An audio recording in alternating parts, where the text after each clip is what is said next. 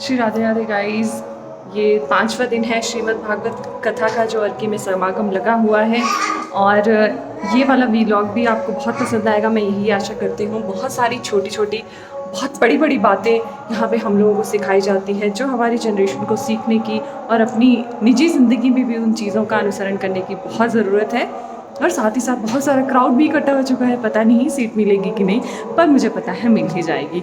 और बहुत सारे भजन के साथ साथ इस भागवत कथा का समापन भी बहुत जल्दी होने वाला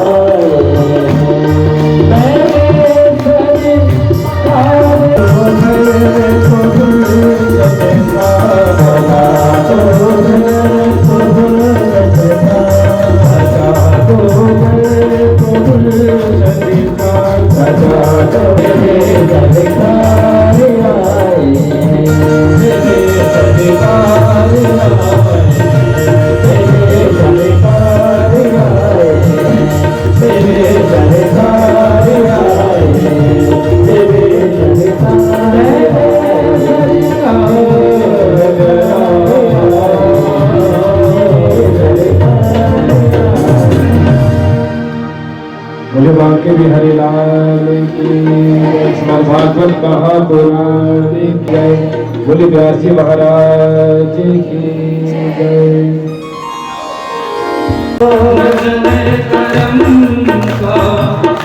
इशारा न होता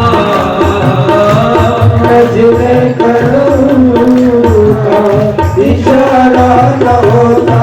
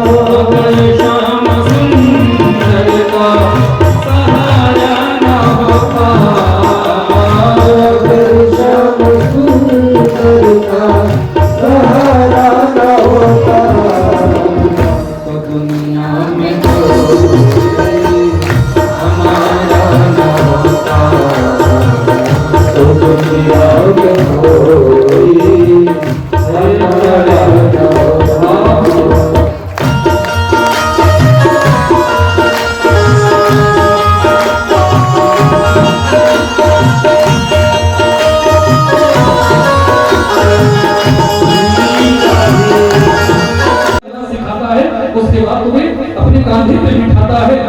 क्यों? क्योंकि विचार किया, क्योंकि पिता का दृष्टिकोण ऐसा रहता है, पिता का भाव ऐसा रहता है कि जहां तक मैं देख पा रहा हूं वहां तक तो मेरा बेटा देखे ही देखे, पर यदि ये कंधे पर बैठा होगा तो जहां तक मेरी दृष्टि नहीं पहुंच रही है मेरा बेटा वहां तक नहीं देख पाएगा, वहां तक मेरा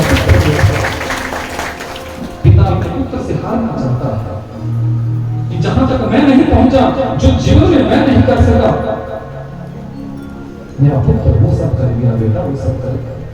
फिर आज तक की संतान कहती थी कि माँ बाप ने हमारे लिए क्या किया?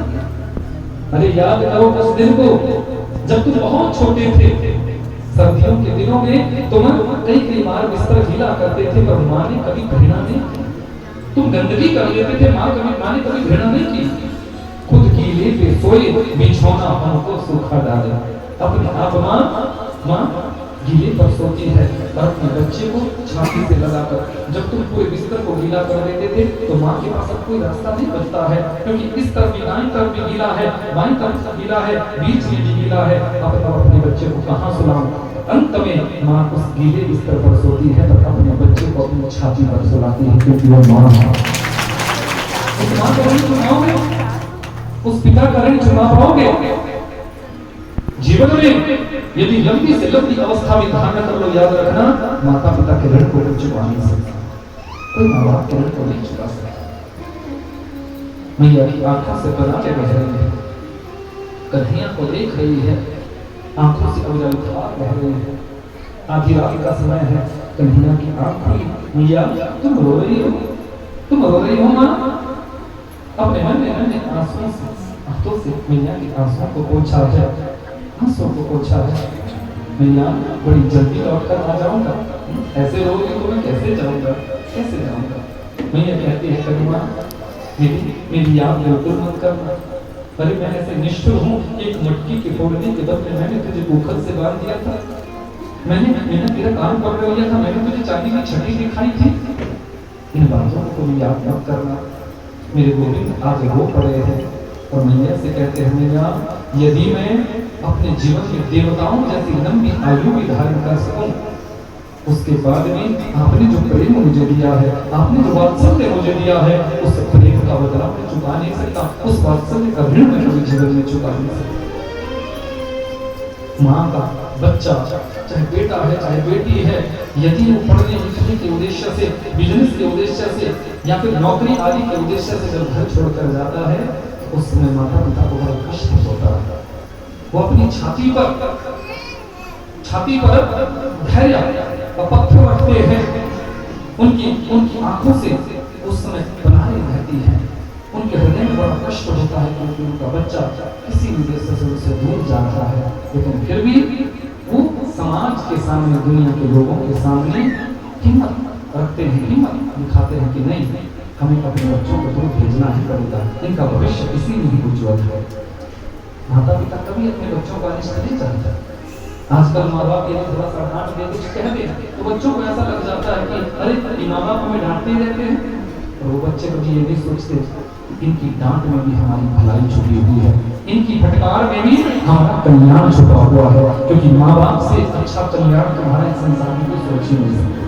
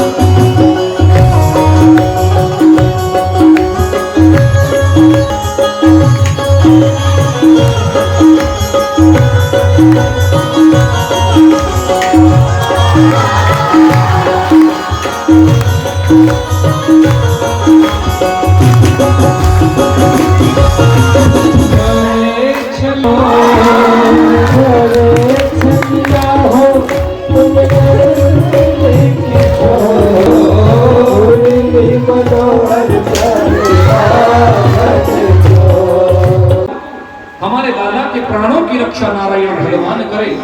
श्वेतदीप ततश्चित्तम, हमारे लाला के चित्त की रक्षा श्वेतदीप के ईश्वर करे।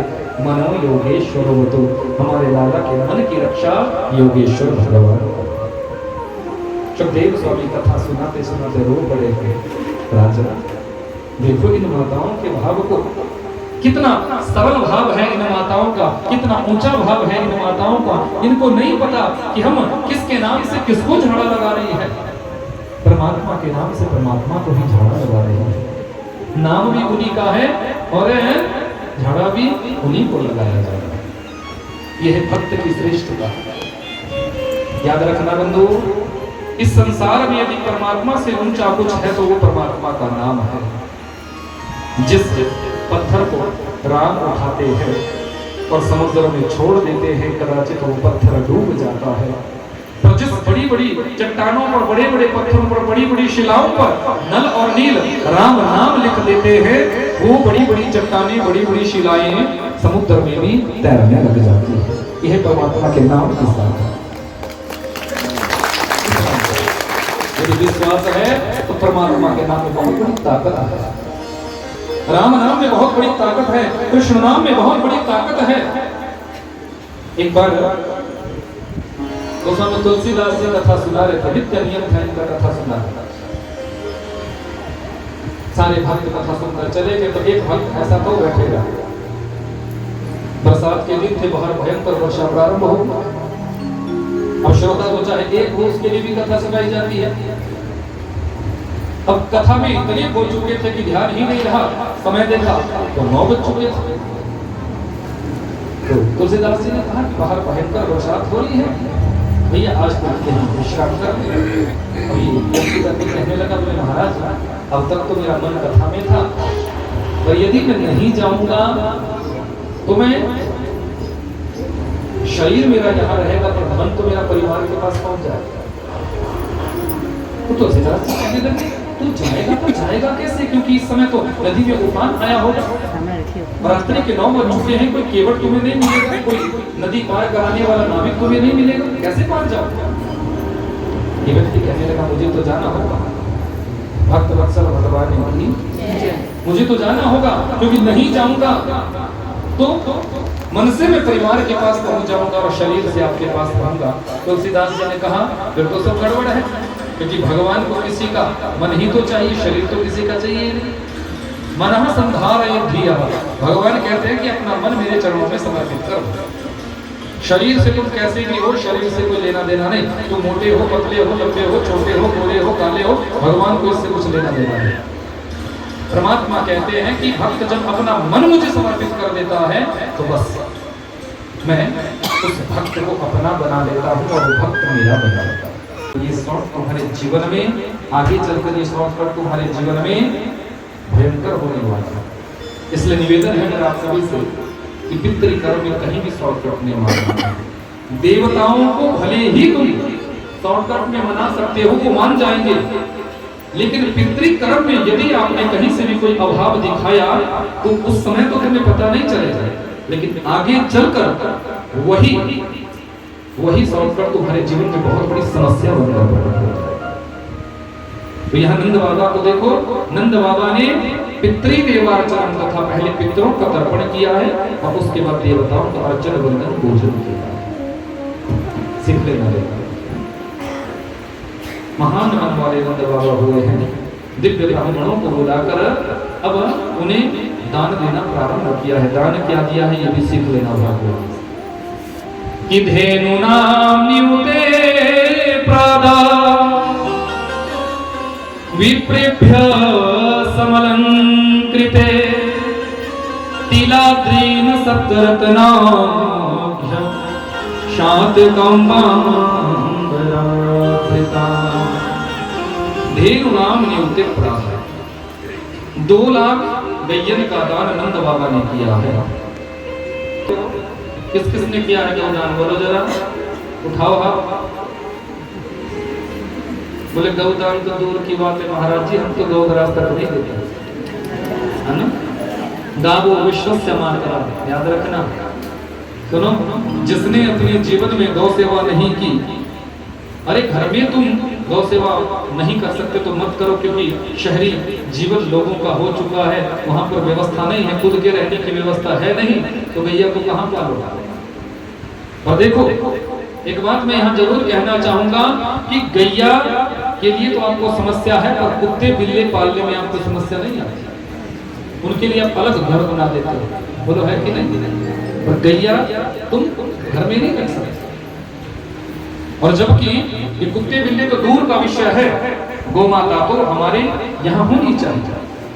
और यदि तुम घर में न रख सको, सेवा न कर सको, तो कम से कम आसपास में यदि कोई गौशाला है तो किसी एक गैया को, एक गोवंश को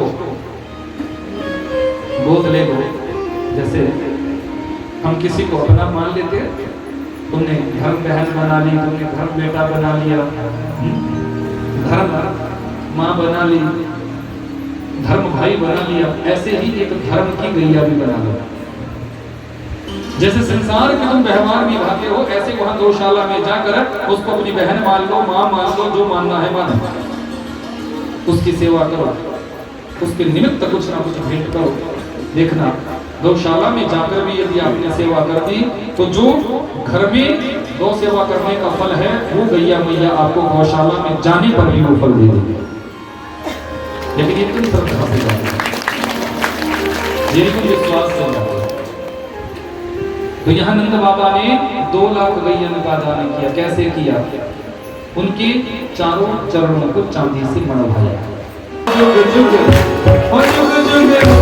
जुग जुग जीवे यशोदा मैया तेरा ललना, जुग जुग जीवे यशोदा मैया तेरा ललना, जुग जुग जीवे यशोदा मैया तेरा ललना, जुग जीवे यशोदा मैया तेरा ललना, ओ तेरो ललना रे मैया तेरा ललना, तेरो ललना रे मैया तेरा ललना, ओ तेरो ललना रे मैया तेरा ललना, तेरो ललना रे मैया तेरा ललना, ओ जुग जुग जीवे यशोदा मैया तेरा ललना, जुग जुग जीवे यशोदा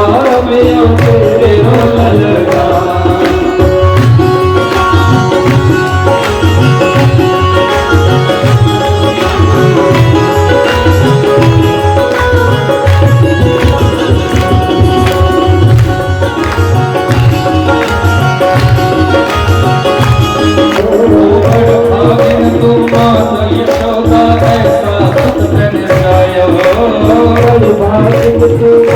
यशोदा ऐसा कुछ मिल जायो, ओ पूर्ण ब्रह्म जगत को स्वामी सोते को दिखलायो, पूर्ण ब्रह्म जगत को स्वामी सोते को दिखलायो, ओ पूर्ण ब्रह्म जगत को स्वामी सोते को दिखलायो, पूर्ण ब्रह्म जगत को स्वामी सोते को दिखलायो, और झुलावे पलना तेरो ललना, सातो प्यार झुलावे तेरो पलना, ओ तेरो ललना रे मैया तेरो ललना, तेरो ललना रे मैया तेरो ललना, तेरो ललना, जुग जुग जीवे यशोदा रे तेरो ललना।